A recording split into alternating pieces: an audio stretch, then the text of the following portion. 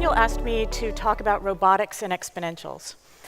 And since I'm following Neil's excellent talk about AI, I won't spend a whole lot of time on the decision-making structures within robotics, more on the mechanisms and the sensors in robotics. But I will talk about how that fits in exponentials. I'm also coming ahead of a talk on 3D printing, a couple talks down in this sort of introductory section. And 3D printing is another form of medical robot. And because there is such a wide variety of medical robots, I thought I should perhaps start with a little bit of a definition. And so you go to the Oxford English Dictionary when you want to find sort of what society has as a consensus on what a robot is. And I was dismayed to find that this seems to be the primary definition for a robot out of the Oxford Dictionary. A machine resembling a human. That's like a pop culture version of a robot. This is what the movies tell us robots are. Most of the robots in the world have nothing at all resembling a human. Able to replicate certain human movements and functions automatically. This is what the movies think the robots are. The more general case was the second definition that they showed up with, which I would have put as the primary definition: a machine capable of carrying out a complex series of actions automatically, especially one programmed by a computer, programmable by a computer. Emphasis mine on that. And so when you really think about what is a robot and what would then be a medical robot, this is the definition. It's, at its simplest level, a sensor. A sensor that is giving inputs into a decision-making function, which is then executing what it is that it wants to do in the world through some form of an actuator. And then there are feedback loops in this. And at its most fundamental level, this is really what a robot is. And so when we think about medical robots, this is the closest that we have right now to that first level definition, where it's human-like. And you'll notice it's all about the eyes. These are cute. These are companion robots. These are coach robots. We're very hardwired to be able to react to something that's a pet and to feel good about it as we're sort of petting it and cuddling it. And so this form of robot is associated with well-being, combating loneliness. The coaching robot on the left side, Autumn, is a weight loss coach, and it gives you advice, and it talks to you, and again, about your health, but these are really not those full human-facing AIs that we think of with general intelligence. These are very, very specific, and they've got a very particular function that it is that they're trying to do. On the left is probably the most ubiquitous robot in the world, and it's far from cuddly. It's the washing machine. But these are medical robots also. They are responsible for keeping people away from infectious material as they are washing it. It keeps cleanliness, but it's not very cuddly. We don't really think about it so much as a medical robot, but it does have those aspects to it. It's also part of keeping longer independent living. If you have technologies like this in the house, you are not having to do all of the fiddly day-to-day self-care activities. There are things that can help you in terms of these labor-saving devices and can keep people aging in place.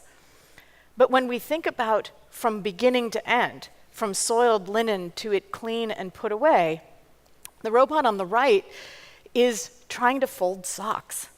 It's trying to take them out of a basket, pair them up visually, be able to manipulate them in such a way that they can be matched, and being able to fold it in a way that you can then put that laundry away. And this is a very complicated problem, and it's one that we don't really have.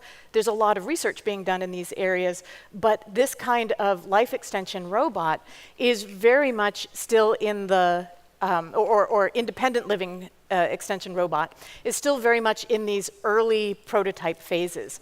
So you've got Mini Spot from Boston Dynamics, which if you've seen the videos of it, terrified that it's going to break that glass as it's putting it into the dishwasher. But I'm also terrified that my 14-year-old is going to break the glass putting it into the dishwasher as well. So, my 14-year-old doesn't break them terribly often. Whereas the kitchen, this is the robot kitchen that is supposed to interact with human-used pots, pans, utensils, and be able to cook for you. So we'll see about those coming out in the near term, but they are still fairly far off. These unstructured tasks are the hardest thing for us to do in robotics. And they're the hardest because they require independent decision-making. They require sensors that are touching a lot of the things. They require distance sensors that let them look around, be able to identify objects. And they require a lot of cognitive processing power in order to have elegant interactions, to be able to not be menacing around a person, and to also be able to do a lot of the very complicated things that humans do naturally with our manipulators. So one of the reasons why this particular home care robot video is so damn funny, especially for people who work in robotics and are trying to make this a reality, is this is kind of where we are right now. No matter how hard you're working on trying to solve this problem, we're kind of still here. But some robots are enormously successful. We often don't think about this as a medical robot, but this is a gene sequencer. And we think of it in terms of its output. We don't think of it in terms of it being a robot. Similarly, 3D printing, we think of it in terms of its output. We think of what do we get out of 3D printing, not what are the robotic technologies that enable it. But these two machines are incredibly elegant robots. And when we think about how we're interacting with them in the medical world, it's really about how are we interacting with their products. So I'm going to show you the same graph that Daniel showed because this is just so exciting. This is how much it costs us to sequence a genome. And robotics are what drove this curve down, plus some really brilliant thinking about the process that you were going to use, that you were going to have the robots implement. But what the robots do is they get contaminating humans out of the loop of doing a lot of this testing, and they increase the precision, and they increase the speed, and they increase the repeatability of being able to do this. And this is why we can automate this process. When we think about what we can do with 3D printing, we're so focused on how we can augment the body, how we can use these robots to make things that let us conform the tools that we are making to the individuals. We can also think about it in terms of implantables. How do we use different sorts of materials to put them inside the body, make a scaffold that then the body heals by incorporating that scaffold in? But these are outputs of medical robots. And then my favorite, the Da Vinci surgical robot. Now, we think of it in terms of process. That process is surgery. And you might ask, though, is it really a robot? So far, it looks the most like a robot of all of the things that I've shown you, and it meets the definition. It's got sensors in its joints, it's got sensors in the instruments, it's got sensors all over. But the decision-making function is human.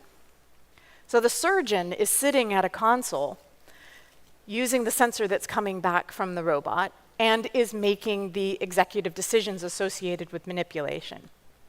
And so while you think of a Da Vinci surgical robot as having these kinds of manipulators through small incisions doing surgery inside the body, it's still the humans' manipulators that are moving those input devices, and those robotic manipulators are just the output of that. And so you might say this completely fails our test. We have to kick the Da Vinci out of the robot club. But on the left is the input mechanism.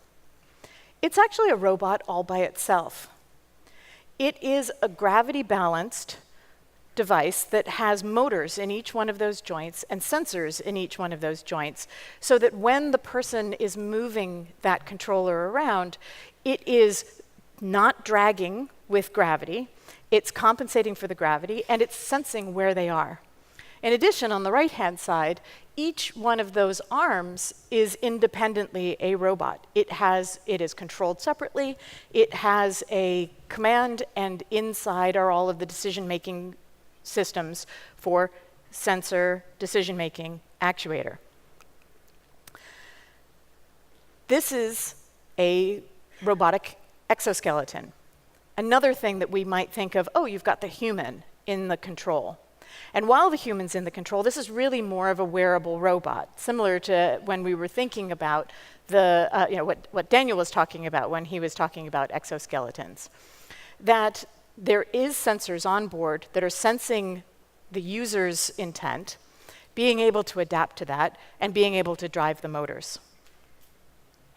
Similarly with David Eagleman's sensory vests. This is a robot that you just kind of wrap around you.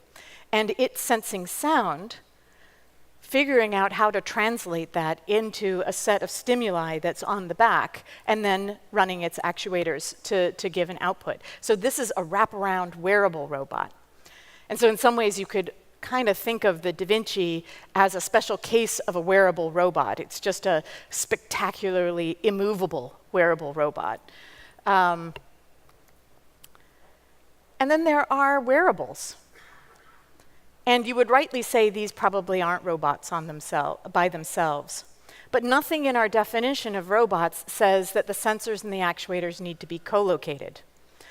And if we're thinking about these sensors going up to the cloud, where the cloud is observing our activities and understanding our habits and all of this sort of thing, we can then have that algorithm say, you know, she probably wants a cup of coffee when she gets out of the shower.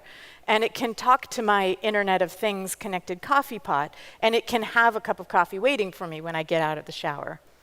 Now, whether caffeine is strictly medically necessary is up to debate, but it is about well-being. And so in some ways, maybe stretching to call this a medical robot. But the principle is exactly the same if we are talking about something like a smart toilet, where we are sensing the metabolites coming out of your urine.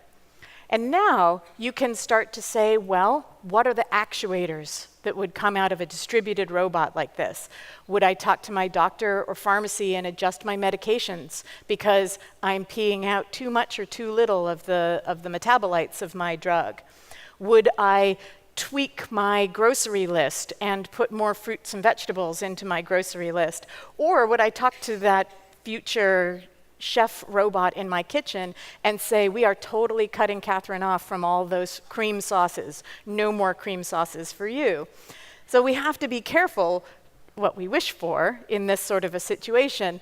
But when we think about wrapping a robot or wrapping a set of robotic technology around the entire patient, our definition of robot starts to get very broad. So I promised you robots and exponentials, and you may be wondering, where's my Mohr's law? I need my Mohr's law. Here's your Mohr's law. One of the interesting things about exponential growth in computing power and things coming smaller and smaller and smaller is there's a really nice metric in terms of numbers of transistors. And as you may have noticed in all the robots I talked about, it's very hard to have a common metric because robots aren't really a single technology. And in most cases, technology makes an exponential change, not because it has a really long run like we've had with transistors, but because it jumps from one technology to another, and you jump from one technology S-curve to another. And so I have this kind of fuzzy technological performance graph up one side. This is my kind of placeholder for the robot goodness and its extension over time. But if we go back to sensor, decision-making, and actuator, we can then start to say, well, what kinds of technologies are making jumps? And if they're making jumps in those sensors and those actuators, I'm going to not tackle decision making because Neil did that so well prior to this. But you can see that there's a lot of technological jumps going on in the decision making side. But what's driving a lot of the things that we're thinking about as futures are new kinds of sensors and new kinds of actuators. So if we start with the sensor, this was a classic, God, I love this kind of an engineering problem. This is a shape sensor. It's a glass fiber that over the span of a meter can tell the pose of the tip within a millimeter. That's XYZ in space and the angle that it's at, and it can tell you the shape all the way along. So when that kind of a technology lands in your lap, you say, in the medical robotic world, what could we do with this? Where are there unsolved problems in medicine that we could take a sensor like that and enable something? And what we made is a catheter. And this is a robotic catheter that you can drive and steer, and you'll be able to hold a position with it. And Daniel teased you with some of our a new announcement, because we completed our first in-human trials with this robotic catheter. And this is to give you an idea of why you would want to have a stable catheter. This is driving into the lungs to get to a tumor. The situation is very difficult in there. It's a tortuous path, super easy to get lost.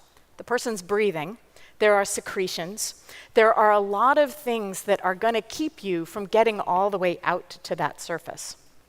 But being able to do a tight control loop around it and being able to have it be a stable platform for getting out to the periphery of the lung allowed us to go after nodules. And if there's any pulmonary clinicians in the room,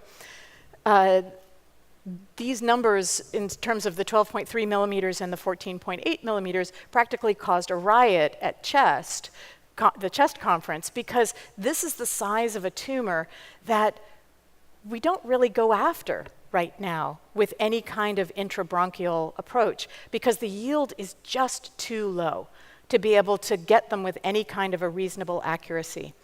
And we were able to get tumors and sample them all the way out to the periphery at a size that just generally isn't even attempted. And so this is not coming out. This is in the very near term. This is first in human use on this. This is part of a long process that one goes through to develop this kind of a technology. But the early results are very exciting. Why do we care about 1 centimeter nodules? Why do we care about 12 millimeter nodules?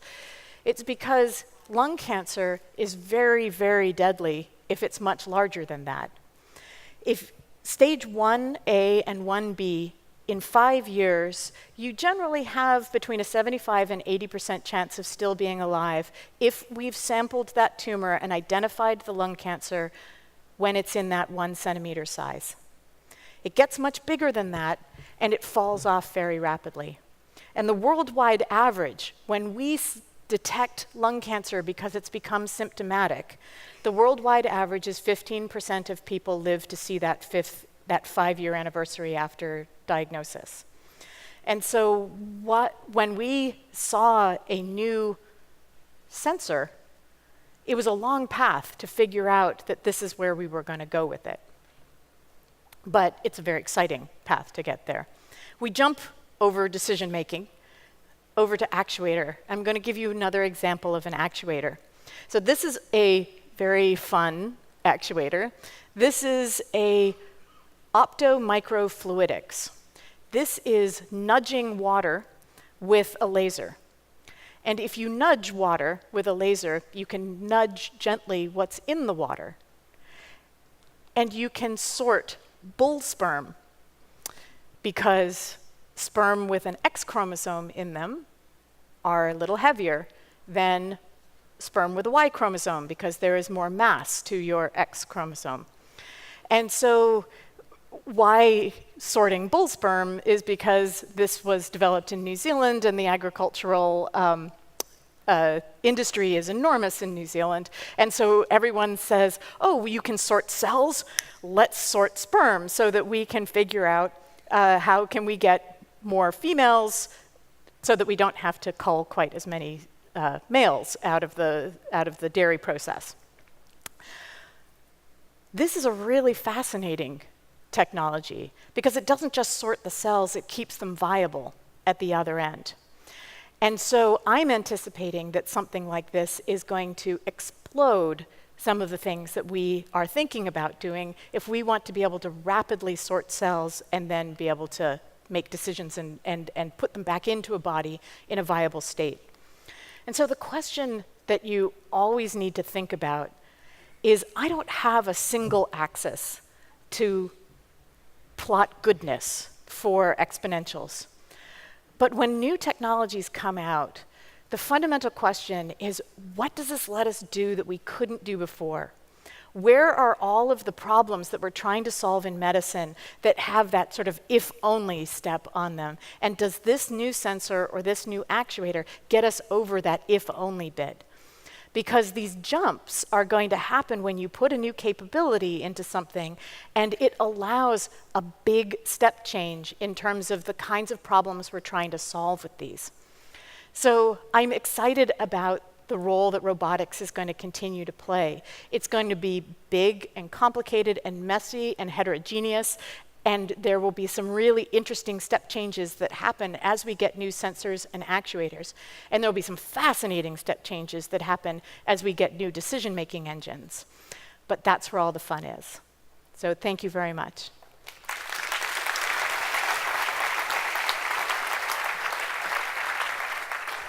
Thanks, Catherine. The $100,000 question, how soon do we have the fully autonomous robotic surgeon? Well, that's, you got to ask Neil that, right? So we have an existence proof that you can take a human level intelligence, a surgeon, sit it at a console, and all of the motions of surgery can be done using the Da Vinci robot. So all we need to do is make a generalized human level intelligence that we can sit at the console. I know it's kind of a flip answer, but the breadth of the decision-making problems and the subtlety of the judgment that has to be done. Our AIs today are so narrow, and they're so tailored to, can I find this lung tumor in this pattern? We are so very far away from that kind of generalized intelligence. Right. Thanks, Catherine. So thank you. Yeah.